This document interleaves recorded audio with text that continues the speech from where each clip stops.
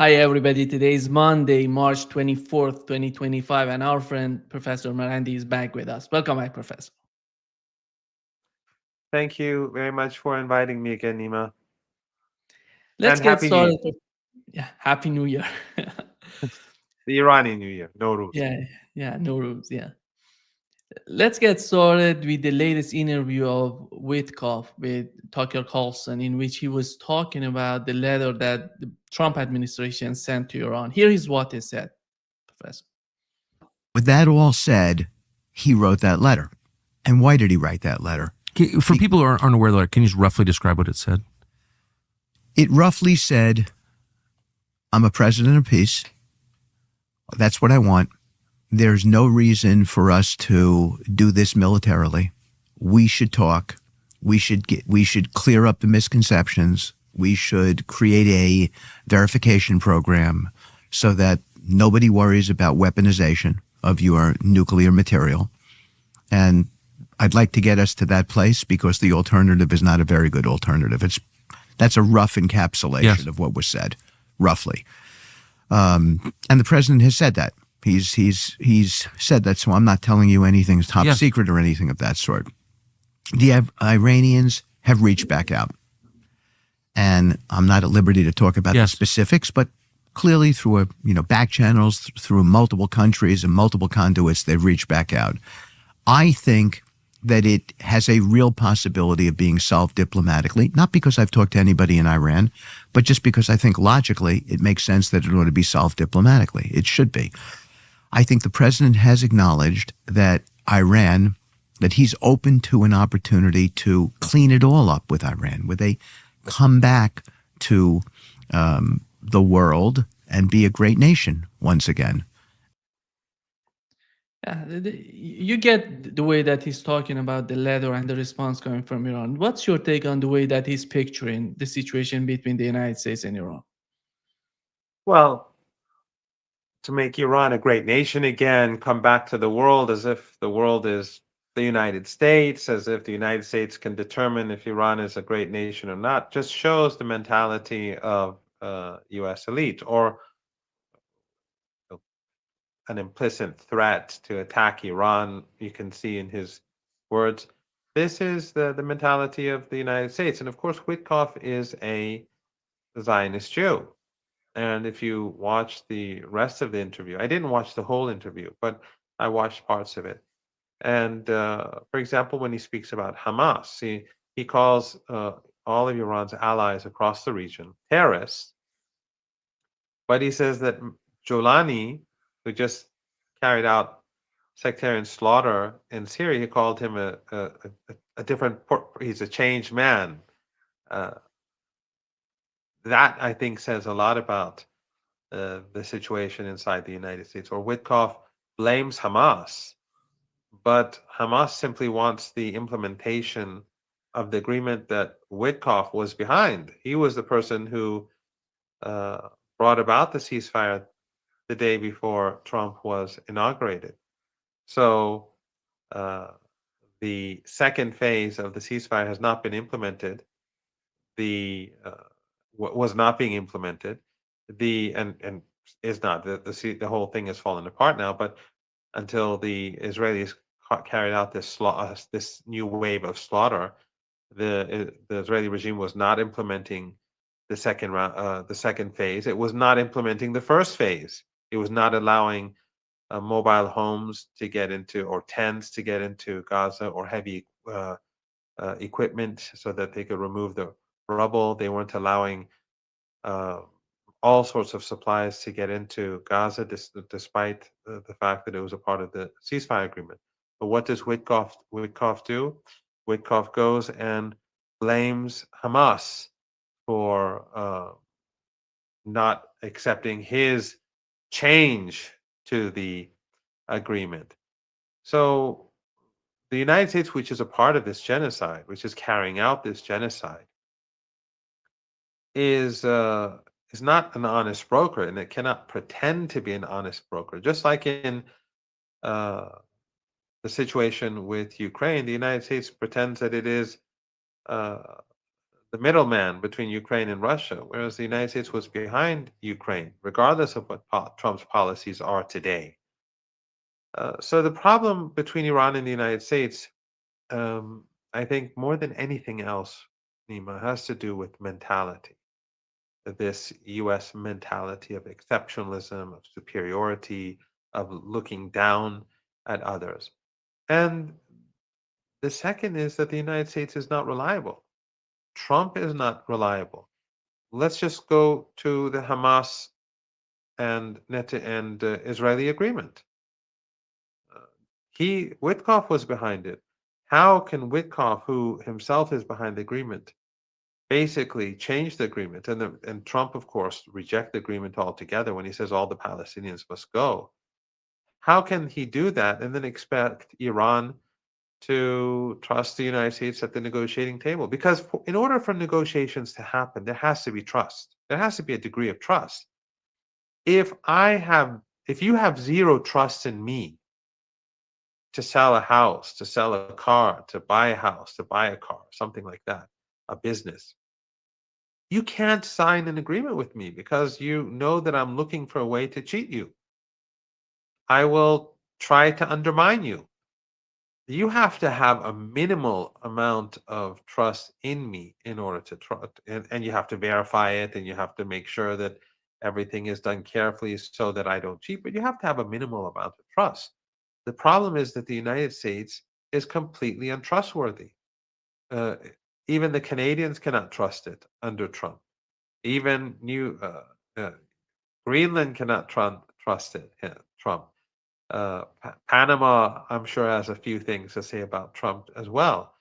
So, under these circumstances, how could negotiations be possible when Witkoff himself, after just a few weeks, is undermining his own agreement when it comes to Gaza? Well, Iran is looking, Iran is watching Witkoff, Iran is watching the United States, and it sees that an agreement that was put together with Witkoff behind it has been unraveled, and Witkoff is taking sides with the Israeli regime that has been violating the deal and which is carrying out genocide. And he speaks about Netanyahu's successes in murdering Sayyid Hassan Nasrallah. So he speaks as an Israeli. He's speaking as if he is on the Israeli side, which he is, of course. He may have disagreements with Netanyahu on certain issues, but he's not he's not a broker. He's not a middleman, and he's not someone who has so far shown himself to be a reliable partner for any form of agreement. I don't know what lies ahead, but so far the United States has not shown any sign that it wants to be reasonable, that it's serious about a deal that can be implemented, and that the Iranians can be confident that it can be implemented. Otherwise, for the Iranians, it doesn't matter who's in charge in the White House. For Iran, is no different than Biden. Both have shown themselves not to be men of peace. Trump has in Gaza by supporting the new wave of genocide. He has shown himself not to be a man of peace. The bombing of Yemen, which we've seen women and children being killed, we've seen images of children being killed. Uh, it shows that he is not a man of peace. So all that aside, the only thing that's left is for Trump to do a deal. But to do a deal, you have to build some sort of credibility as a deal maker and a person who when he signs a deal, that he implements that deal. And that so far within this very short period of time, in the case of Gaza, and in Lebanon, by the way, where the U.S. is a guarantor to the ceasefire and the Israelis are constantly killing people in Lebanon, the United States has shown itself to be unworthy of being a negotiating partner. When he talked about the Gaza and the ceasefire between Israelis and Palestinians, what was so amazing to me that he talked with an Israeli commander who showed him a video in which was beheaded children. I don't know, the same sort of propaganda, the same sort of videos that nobody has ever seen since they were talking about these sort of, I don't know, actions and attitude on the part of Hamas. But you don't see, on the other hand, there he didn't talk with any commander or any political figure in Hamas.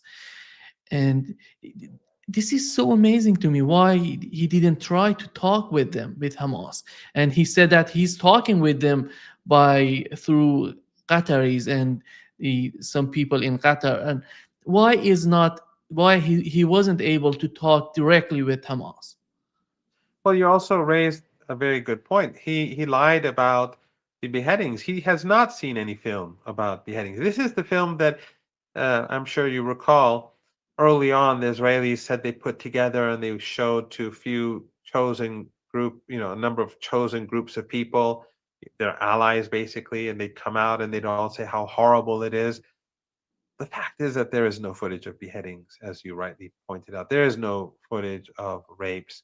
That's all nonsense. That these are all lies that the Israelis put together, and the Western media went with it because they're with the Israelis. They wanted to justify the Holocaust, and for months they kept pushing it, and they still push it, as we've seen in the case of Witkoff. So Witkoff is lying, just like Biden lied. Remember when Biden said he saw pictures of babies that were beheaded, and then the White House had to retract it, and later on he said it again. Witkoff here is obviously lying, but aside from that, uh, yes, how can you? The question is, how can you be a peacemaker when you're not speaking with one side of the conflict? Qatar is not a reliable representative for Hamas. Qatar has its own interests. Part of Qatar's interest is to be in the good books of Trump. Qatar and the Emirates and Saudi Arabia do not have good ties.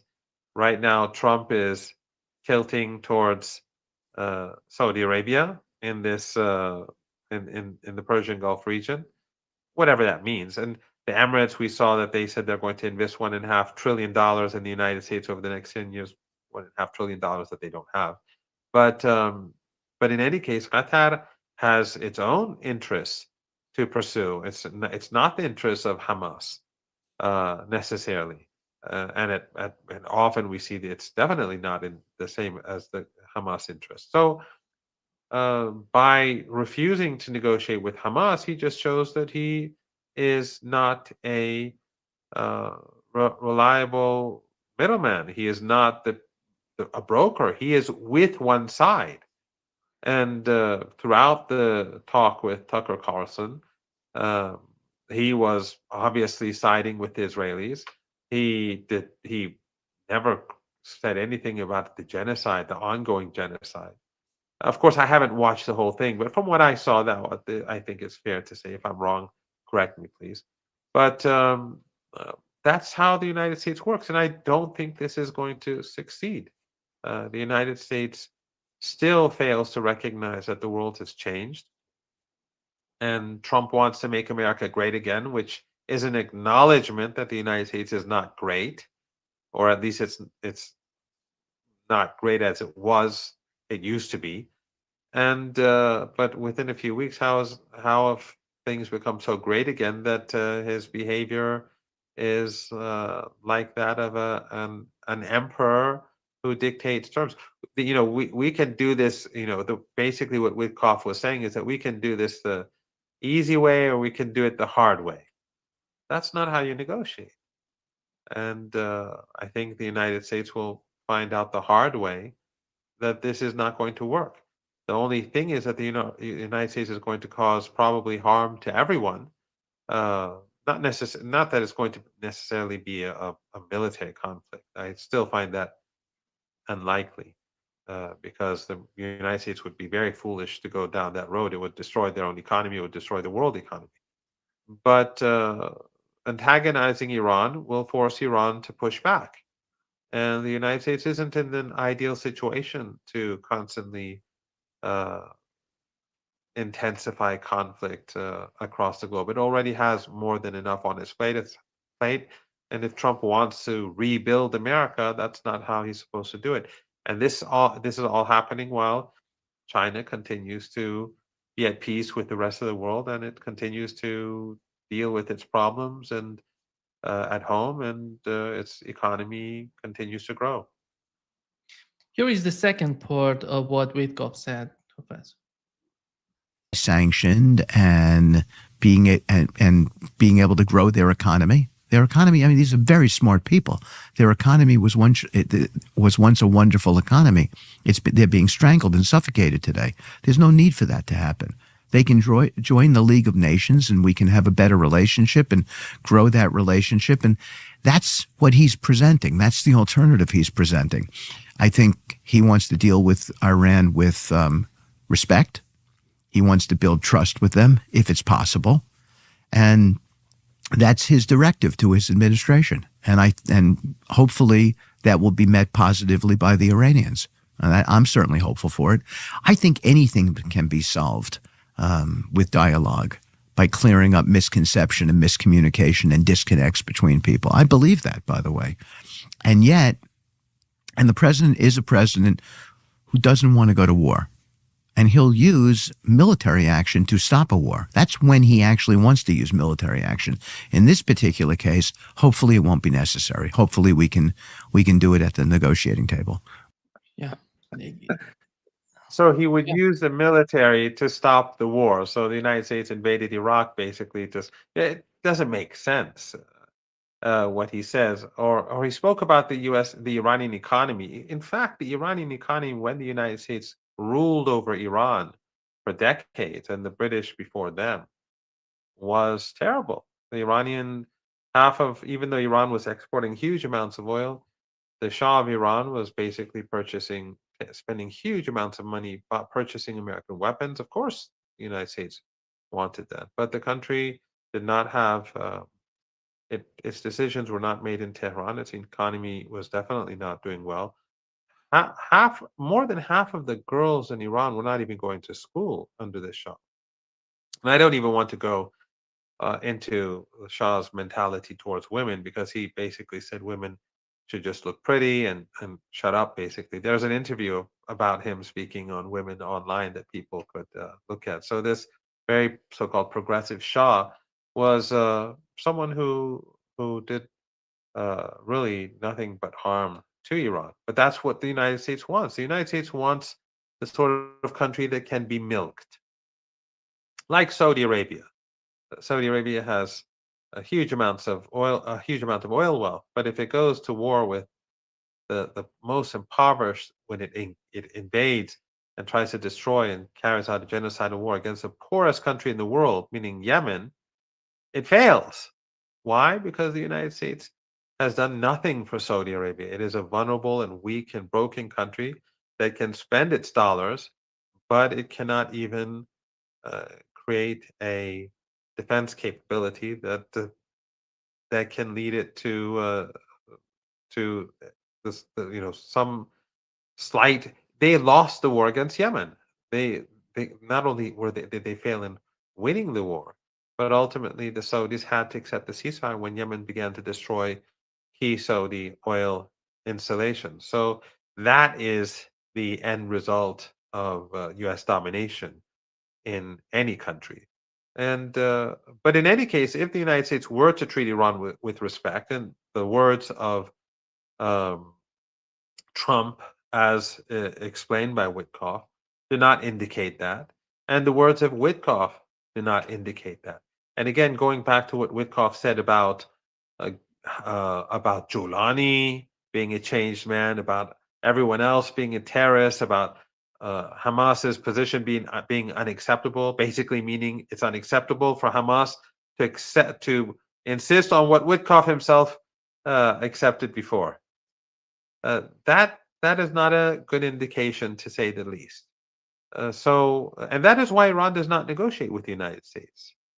That's why we do not have direct negotiation. He spoke about back channels. Back channels have always existed. Iran has always been, and the United States they've always sent messages back and forth through different back channels. So that's nothing new. No one should be surprised there.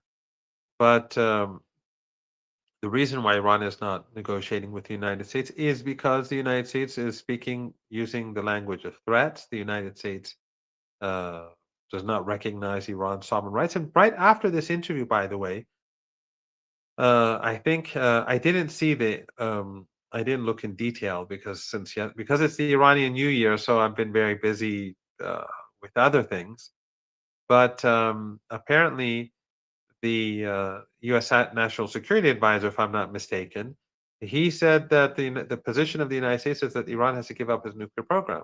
Well, that's not what Witkoff says in this interview. It's very different from what he says, and that shows that if the United States cannot respect Iran's sovereign right within the framework of the NPT, then I think that's a non-starter. We cannot even talk with Americans. Iran's rights within the NPT have to be fully preserved. As long as Iran is in the NPT, Iran doesn't have any intention to leave because Iran does not have an intention to build a nuclear weapon. And as Iranians have said many times, that Iran does not want to have a nuclear weapon, and the only way in which that would Iran's nuclear posture would change would be if there is some sort of existential threat against Iran through some sort of nuclear strike or a potential nuclear strike. Then things would change, obviously, as it would change in any sane country. But as long as Iran is in the NPT, and Iran can legally withdraw from the NPT, as long as Iran is in the NPT, Iran will abide by its commitments to the NPT. And as we speak, the Iranians are abiding by their requirements within the framework of international law. Witkoff is talking about building trust between the two nations, and do you think that what would be the basic, what would be the most simple thing to do when it comes to the relationship between Iran and the United States? What is the missing piece, in your opinion? Implementing the ceasefire in Gaza, the ceasefire agreement that was agreed upon and implemented right before Trump came to office. Implement the ceasefire agreement in Lebanon. The Israeli regime has just, within the last, I think, 48 hours, murdered 8 Lebanese citizens. The Hezbollah has not violated the ceasefire, but the Israelis are constantly killing Lebanese citizens. Hamas and Islamic Jihad and the others have not violated the ceasefire, but now the Israeli regime is carrying out a genocide. And Witkoff says nothing about this. A slaughter is taking place as he was doing the interview, but it's as if it's not important.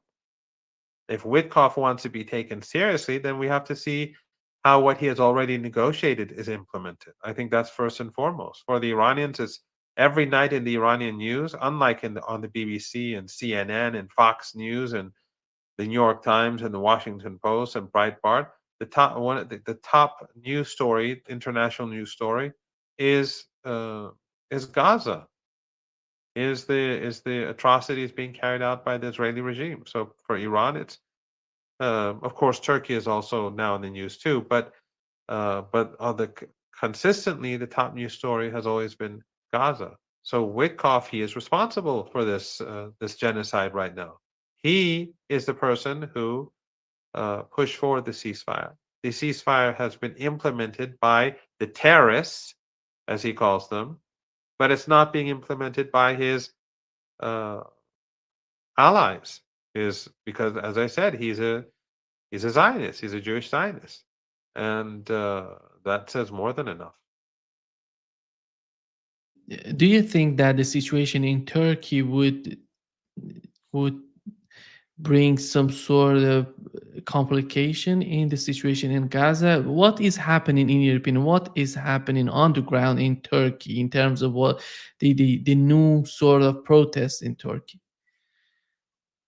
I don't think it has any impact on Gaza because Erdogan has never helped the Palestinian people. He has not sent weapons to Gaza. He is not. He's doing business with Netanyahu. He continues to transport oil uh, throughout the genocide. He's been doing this. Uh, Turkish Airways continues to fly to Tel Aviv, even though Ansarullah has warned all foreign airlines to stop travel, stop sending, to stop flights from to and from the regime. But Turkey does the exact opposite. So what is happening in Turkey has no positive or negative impact on Gaza. It may have an impact on Syria because I'm sure the terrorist groups are worried about what's happening in Ankara and Istanbul and elsewhere. But I think what is happening in Turkey weakens Turkey significantly. I don't expect uh, Erdogan to be removed from power, for these people to carry out some sort of revolution. That's just not possible. But I think it weakens Turkey a lot. It will weaken the Turkish economy. Uh, just from looking at Iran, I know that a lot of Iranians are no longer traveling to Turkey. This is a short-term consequence, but you can uh, sort of understand the broader economic implications about what's going on. However, Turkey is in a very it's in a I think for many of us who are critical of Mr. Erdogan, it's very difficult to be optimistic because Erdogan has supported Salafist and Wahhabi terrorists and will continue to do so. And I think this will have very negative implications for security across Asia. Uh, and that's probably, I mean, I'm sure that's what the Americans want. But on the other hand, his rival, uh, he has spoken negatively about the resistance in Gaza.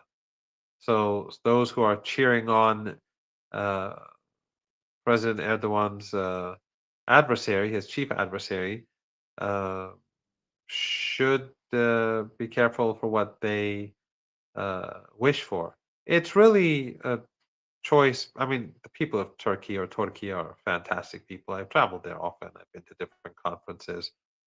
They come here. They're wonderful people and they have a wonderful culture. And it's very similar to Iran, as I'm sure you know, the culture and they're Sufis, so it's very similar to Iranian culture, religious culture. But at the moment, I think it's between bad and worse, meaning the two sides. That's how it seems. I don't taking what we've heard from taking the statements made by Hamas being a terrorist organization by members of the opposition. Of course, the opposition is fragmented and diverse, and there are people within the opposition that are very pro-Palestinian and, in fact, attack Erdogan for not doing enough for the people of Gaza and not for not breaking ties. But from my understanding, and your viewers should look this up and correct me if I'm wrong. I think the former mayor of Istanbul, called Hamas a terror organization. If we assume that the one of I can't see the chats, but if someone does correct me, do let me know because I don't want to say anything that's factually incorrect. yeah. When it comes to Erdogan and his support for Wahhabis, for ISIS, and does he really care about the opinion of Iran and Russia on these groups, and which are of a huge concern for Russia and Iran? Does he care about that? The problem with President Erdogan and many people there's always been this debate about Mr. Erdogan in Iran. Some say he's a great politician because he's always playing one side against another. But others, and I tend to agree with the second group, say that he is seen as not having any principles because he will do an agreement with you and then he will betray you and do an agreement with the other side, then he'll betray the other side and do an agreement with you. And in the short term, that has advantages. But in the long term, it is both unprincipled, but it creates an environment where no one trusts you. And right now, Mr. Erdogan, I think, is someone who no one trusts.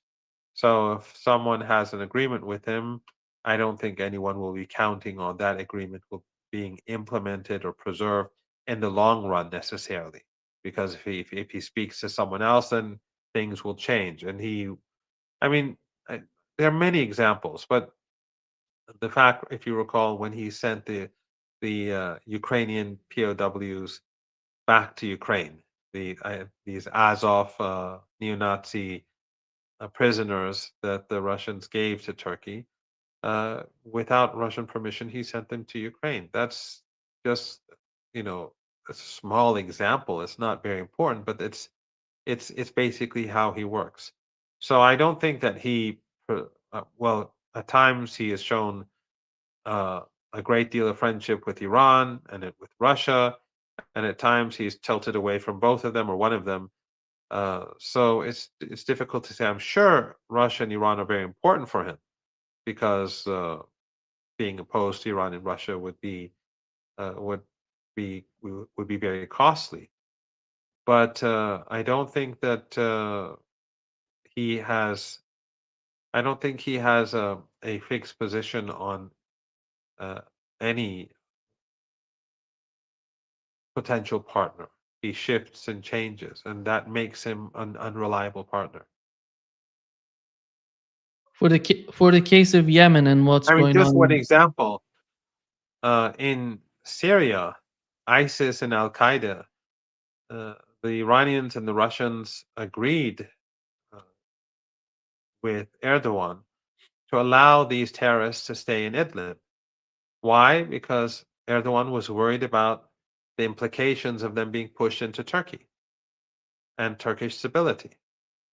And so the Iranians and the Russians agreed that they would stay there so that it would not cause any internal problems for Turkey. That was one reason. There are a host of issues that were negotiated and issues, but that was one key issue that Turkey said, well, if you push them out of Syria, then they're automatically inside my country, and the Iranians and the Russians don't want to see an unstable Turkey.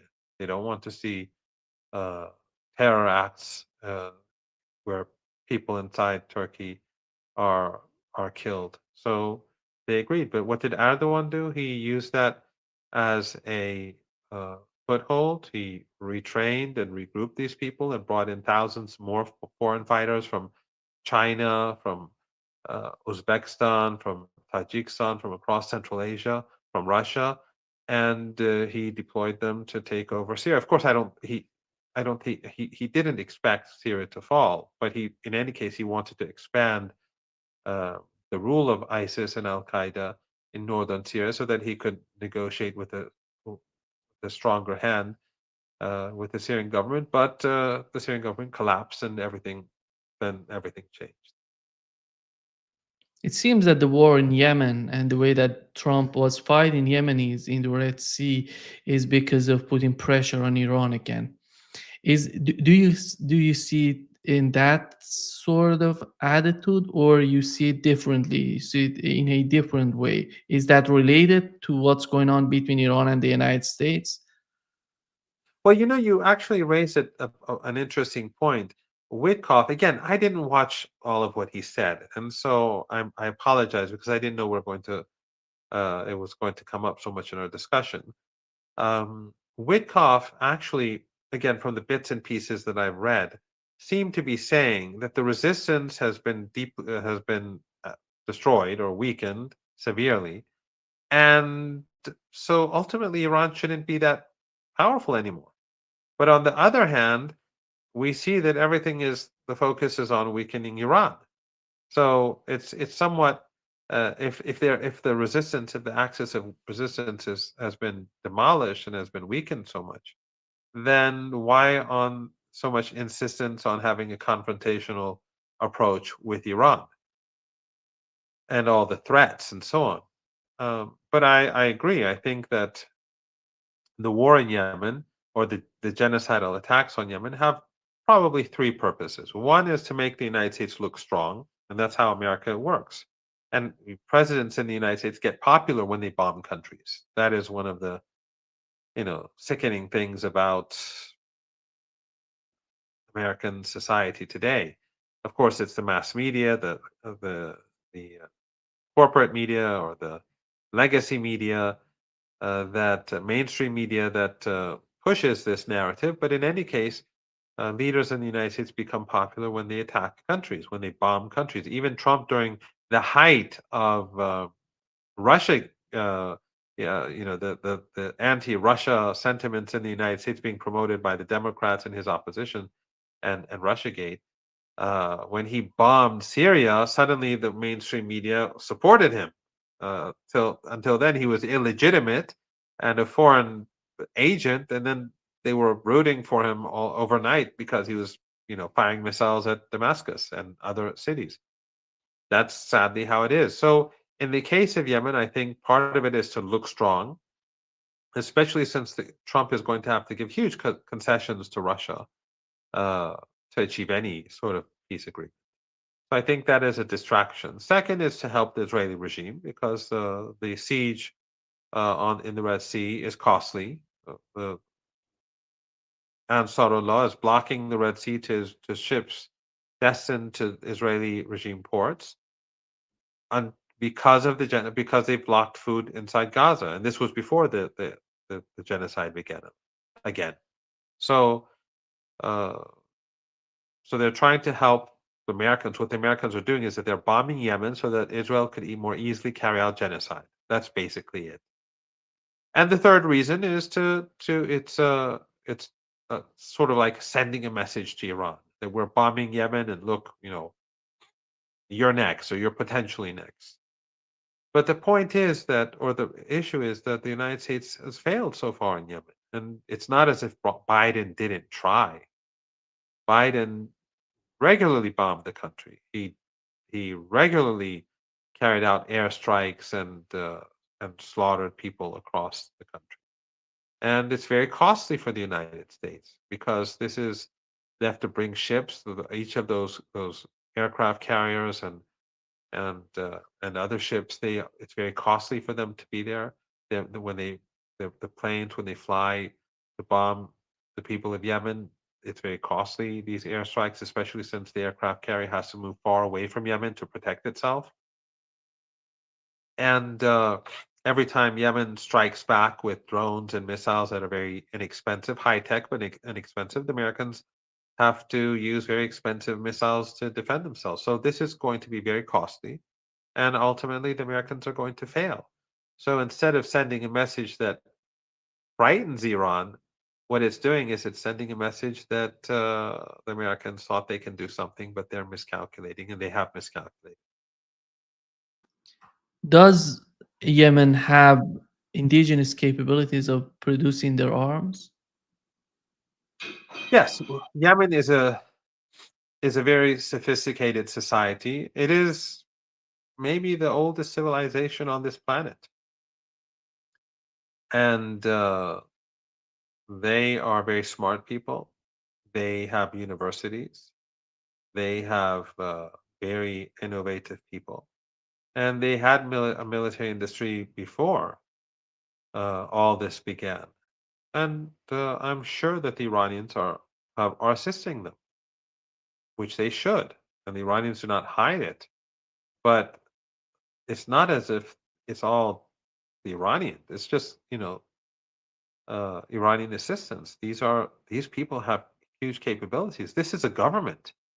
The government of Yemen, which controls the capital, is running a country, and part of their responsibility, or one of their responsibilities, is to develop an indigenous defense capability. Because we saw the Saudis and the Emiratis, with Western support, carry out a 7-year genocidal war. And then we saw the Americans constantly bomb Yemen when Yemen tried to stop the genocide in Gaza. So obviously, they're going to develop their capabilities, and Iran will assist them. But it's not as if Iran is sending weapons there. I mean, the Americans have been trying to impose a siege on Yemen for a decade now. The Iranians are obviously assisting them, But Yemen has its capabilities, which are deep, deep underground. The country is not small, it is large, it is mountainous. People are smart, it has a large population, uh, relatively speaking. And therefore, I think a victory for the United States under these circumstances is just not possible. And how about the Arab League? They ask all of the countries who have economic ties with Israel should just put an end to those sort of ties. But th- are they really honest in the way that they're picturing, on the way they're asking for this sort of attitude? None of the countries that have had ties with the Israeli regimes have done anything about those ties. Turkey is its business with Israel. I mean, they have direct flights. How bad can it get? How awful could Mr. Erdogan be when it comes to Palestine? If Turkey alone, if the government in Turkey decided to break off ties with Israel, if you complement, if that would, alongside what the resistance is doing, would be a severe blow to the regime. Just Turkey alone. But he refuses to do that. Egypt, business as usual. Jordan, business as usual. The Emirates, more than business as usual.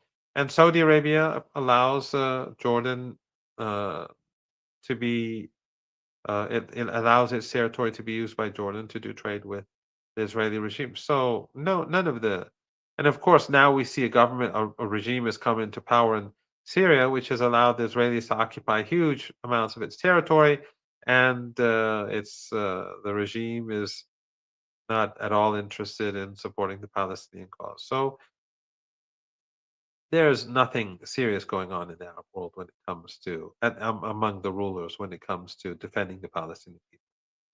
That could change. That could change, and this is something that I firmly believe. What the Israeli regime is doing by restarting this genocide is only putting more pressure on these regimes. It's making them look less legitimate. If Just let me give you the example of Mr. Erdogan. If Erdogan was sincere in his support for the Palestinian people, and he doesn't have to make sacrifices like the Iranians to get be sanctioned, to be or it's to be attacked. All he has to do is cut off all ties with the Israeli regime. The economic damage that it would do to Turkey would be not that big, but his popularity would have strengthened significantly, not only at home but also abroad. And I think that he would have been under his position would have been different today uh, with regards to protests. I mean, his opponents, I know that they have always despised him, but a segment of his supporters have left him, and that is because they see him as unprincipled. So, I think he's harmed himself also by politically by not breaking off ties with the Israeli regime. But he's under less pressure and he's threatened less than Jordan. The regime in Jordan is despised. People know what's going on. They know that the regime is complicit, or Egypt, or and elsewhere. Ultimately, that could lead to consequences. We've already seen the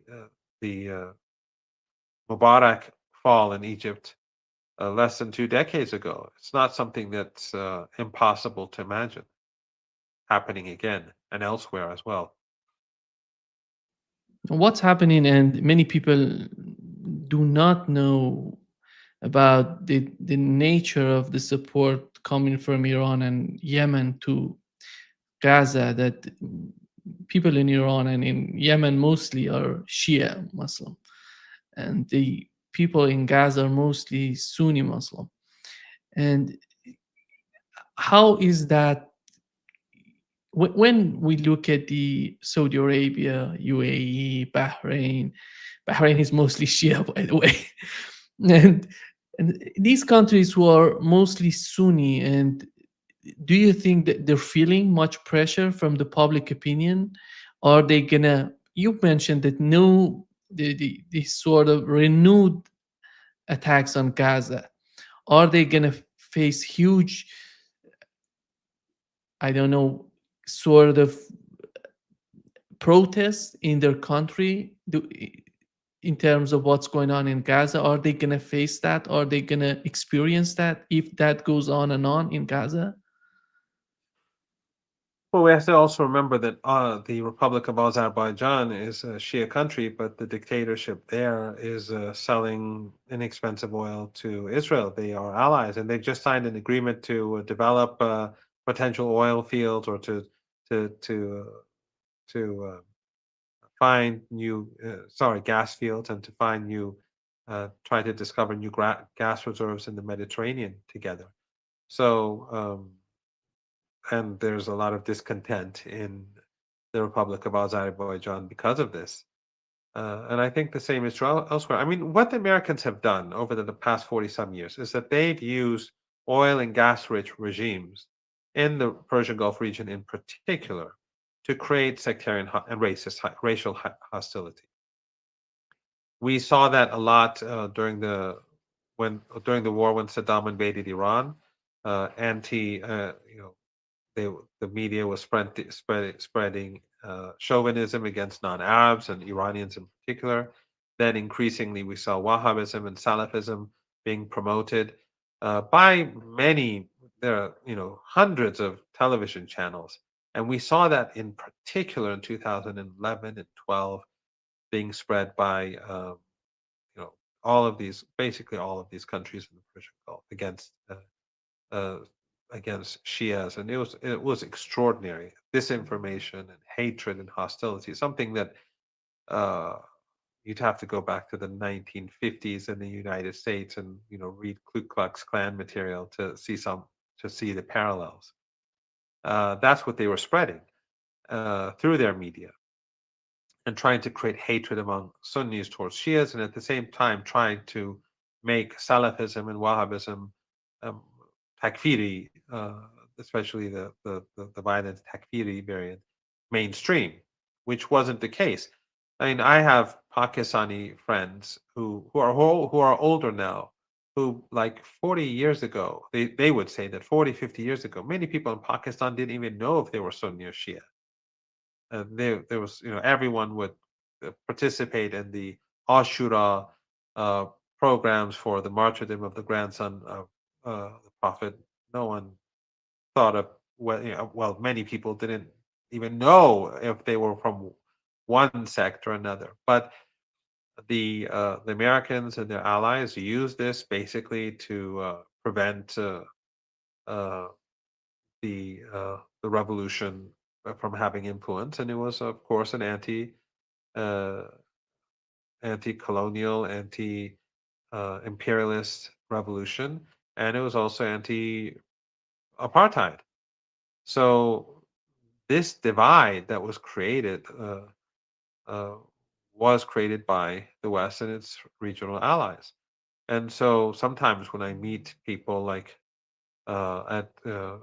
they ask me some extraordinary questions about Shia, which is just you have a different Quran, or like the most crazy things are being spread among people about Shia Muslims, because this is the policy of divide and rule. The United States and its regional um, its client regimes, they have a lot of money and they will use it. And so you do see some people influenced by this, and some people have now so much hatred that it's difficult to change them. And there's a lot of people who have a vested interest. There's a lot of money involved in sectarianism, especially now that things are not going well for the United States and Israel. So, divide and rule especially as the empire grows weaker. I think it's a tool that they'll be needing more than ever before. But there's a lot of, you know, a lot has changed. The fact that Hezbollah, which is Shia, the fact that Ansarullah, which is Zaidi, but a it is Shia, but a different Shia group. Uh, they're the ones who've sacrificed the most for Palestine. I think has had a huge impact. And the fact that these, you know, rebels in Syria, these moderate rebels in Syria, have turned out to be such, horrific killers, I think has woken up people uh, across the world. The mood towards the understanding of what's happening in Syria today is very different from 2012, 13, 14, and 15. Back then, or 16 and 17, back then, it was there were just very small group of people who are trying to create awareness about the fact that these groups that the West is supporting, they're ISIS, they're Al Qaeda, they are extremists, they're tools in the hands of NATO. Now you see that this has become something that critics of U.S. foreign policy have widely acknowledged. You even see that U.S. officials like Tulsi Gabbard, although she's changed a lot over the past few weeks. Her position on Yemen has changed. Her position, she's changing very rapidly. But in any case, in the Senate confirmation hearings, she admitted basically what we were saying all along, that the United States was supporting Al Qaeda, that they were funding Al Qaeda. So it's not good for the Israeli regime right now. There's a lot more. Uh, there's a lot of much better appreciation of Hezbollah and the extraordinary role that Sayyid Hassan Nasrallah had played for the Palestinian people, and what Ansar Allah is doing, and that brings nations together. And so I think the United States and its clients will redouble their efforts to intensify sectarian hatred and racial hatred. Getting back to Iranian nuclear program and the talks between the United States and Iran, the foreign minister of Iran, Abbas Araghchi, he said in his latest interview, he said that the reality of Iranian nuclear program has changed drastically, and the nature of the way that Donald Trump and his administration are forcing Iranian has changed as well. Is that going to complicate the situation between Iran and the United States? Is that going to force them to negotiate?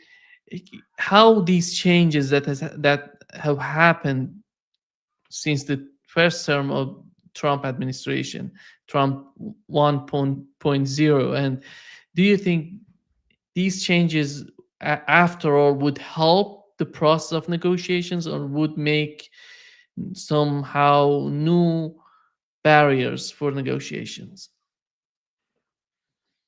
I think that Iran has a much stronger hand today than it did back then. Iran's nuclear program is much more developed, thanks to Trump. Because of Trump, Iran halted its commitments to the nuclear deal. Again, Iran is fully committed to the NPT, and it abides by the legal framework that exists within the International Atomic Energy Agency. But the nuclear deal, the JCPOA, limited Iran's nuclear uh, uh, industry. So since Trump tore up the deal, Iran developed its nuclear industry. And so now Iran is one of the most advanced countries in the world when it comes to nuclear energy. It is probably in the top 10. And this is something that Trump will have to accept. Can't just say you have to give it up. That's never going to happen. We're not going to go back to 2015 anymore, because this is not the same nuclear program, as Dr. Araghchi rightly pointed out. The second is that Iran's missile and drone capabilities are infinitely different from in the past. Iran's military capabilities are far greater than what they were. Iran has chosen a very smart route to make a strong, inexpensive, relatively speaking, high-tech military industry, which can defend the country. And I think, based on American and Western claims, we've seen that impact in Russia. We've seen, according to the Americans, that Iran drone capabilities, they're having a daily effect. So Iran's military is different today, and the United States is in a much tougher situation because of the global challenges with Russia and China, the the major problems that they face at home. So there is always a potential for a deal. There's always a potential for there's nothing uh, can be ruled out. But at the moment, because of the attitude of the United States, the Iranians have no interest in negotiating.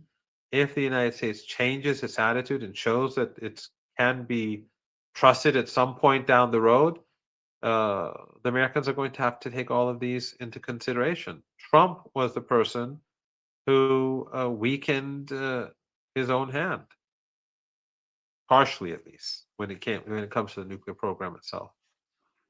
Part of what Witkoff said in his interview was that the other option would be attacking Iran. In that sense, how is that going to be? How are we going to have the response coming out from Iran? What would be the response on the part of Iran? Well, let's just look at the map. The Persian Gulf. Iran owns half of the Persian Gulf. That's why it's called the Persian Gulf, and the northern side. And it's not a very wide piece of water. It's thin and long. And look at where U.S. bases are in, like in Qatar, in the Emirates, in Bahrain, in Kuwait. Well, if the United States attacks Iran, these tiny countries are all complicit. What does that mean for their future existence? I mean, if there's a war, and then their infrastructure is fair game. They can't. If the Americans attack Iranian infrastructure or military targets, that's war. And so these regimes won't last more than a few hours or a few days. And you would see chaos across the Persian Gulf region. And then there would be no more tankers. The tankers would all be at the bottom of the Persian Gulf. So no more oil, no more gas. And I'm sure in Iraq you will see the resistance preventing oil and gas getting to the west. Probably in the Republic of Azerbaijan, you would see similar moves of people outraged. That would create a global economic catastrophe that I think is historically unprecedented. And it's not something that the Americans can do anything about. They can't do anything about it. I mean, look at Yemen. The Americans want to Yemen, which is, I mean, it's clear that Yemen's military capabilities are not very small compared to Iran's military capabilities. I mean, the people of Yemen are heroic, they are brave, they are courageous, and they are the heroes alongside Hezbollah. They and Hezbollah sacrifice themselves for another people. That's unbelievable, what they've done and what they're doing.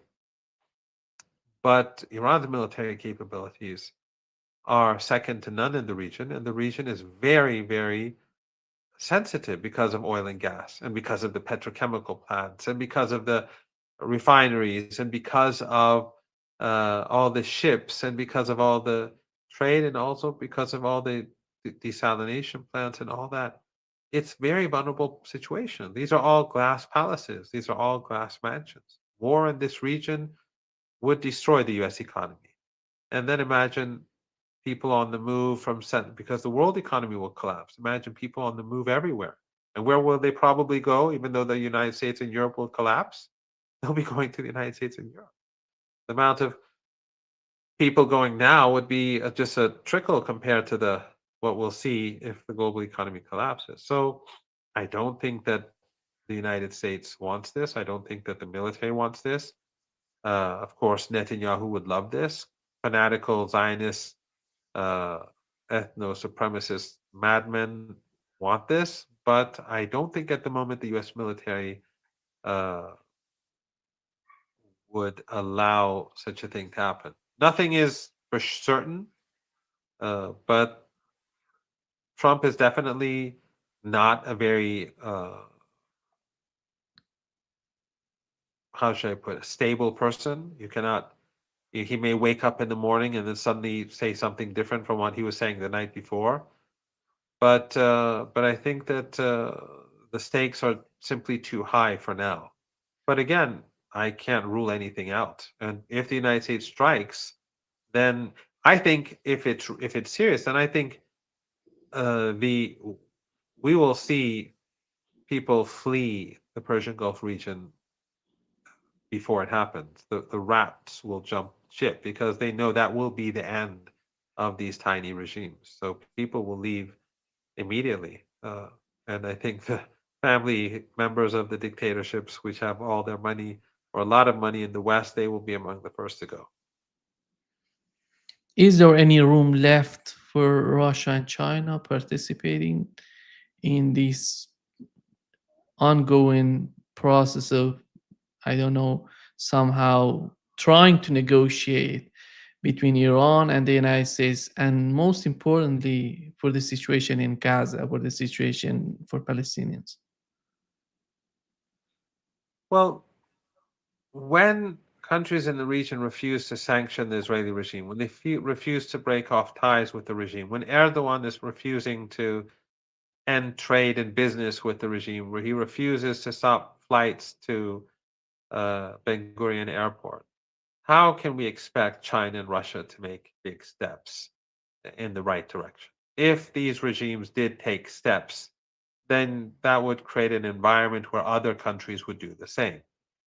But so far, none have done it. None of them have made a move. So, but that aside, China and Russia obviously have a lot of influence, and they have a lot of ways. I mean, China needs stability in the Persian Gulf region, and just like everyone else. And China does not have an interest in war, especially for China. Iran is a bit different. You see, for example, the Emirates. Their number one trading partner is China, but then they go on to tell the Americans that we're going to do all of our investments in the United States. And that, of course, is not something that pleases the Chinese. So for China, Iran is very important because Iran is independent. They can trust Iran. Iran is not going to obey the United States when it pushes policies that are anti-Chinese. But the countries on the other side of the Persian Gulf will abide by American demands, more or less.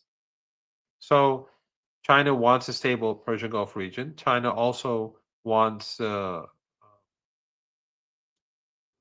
has an interest in having independent actors in the Persian Gulf region be strong. So China and Russia do have a role to play. Again, this is all speculation. At the moment, China continues to buy Iranian oil, and it has refused to abide by U.S. demands. Things have changed since 8 years ago. China is stronger today. China recognizes that listening to the United States only makes it worse, and the United States comes back with new demands every time they back down. China is more independent of the United States now. They do less trade because of the U.S. sanctions and tariffs. So China has diversified its trade with other countries. So it's less vulnerable. And so, unlike during the previous Trump regime, China's trade with Iran is much stronger now. Russia's relationship with Iran is very different from back then. Russia back then was much weaker than it was now. The United States has been declining, the West has been declining, Russia and China and the global South have been rising. The situation is different today than in the past. So Iran has a strong hand for the reasons that I've mentioned, and adding these two also. But it's going to be a very complicated situation in our region. As long as the root issue is the ethnic cleansing, the slaughter of the Palestinian people, which the United States supports and the West collectively supports, even though they're divided over Russia. They all support the slaughter of women and children in Gaza, the ethnic cleansing of Palestinians in the West Bank. And as the more this continues, I think the more dangerous the region becomes for the West. And I'm not talking about Iran, I'm talking about instability, broader instability. Thank you so much, Professor Marandi, for being with us today. Great pleasure, as always. Thank you very much for having me.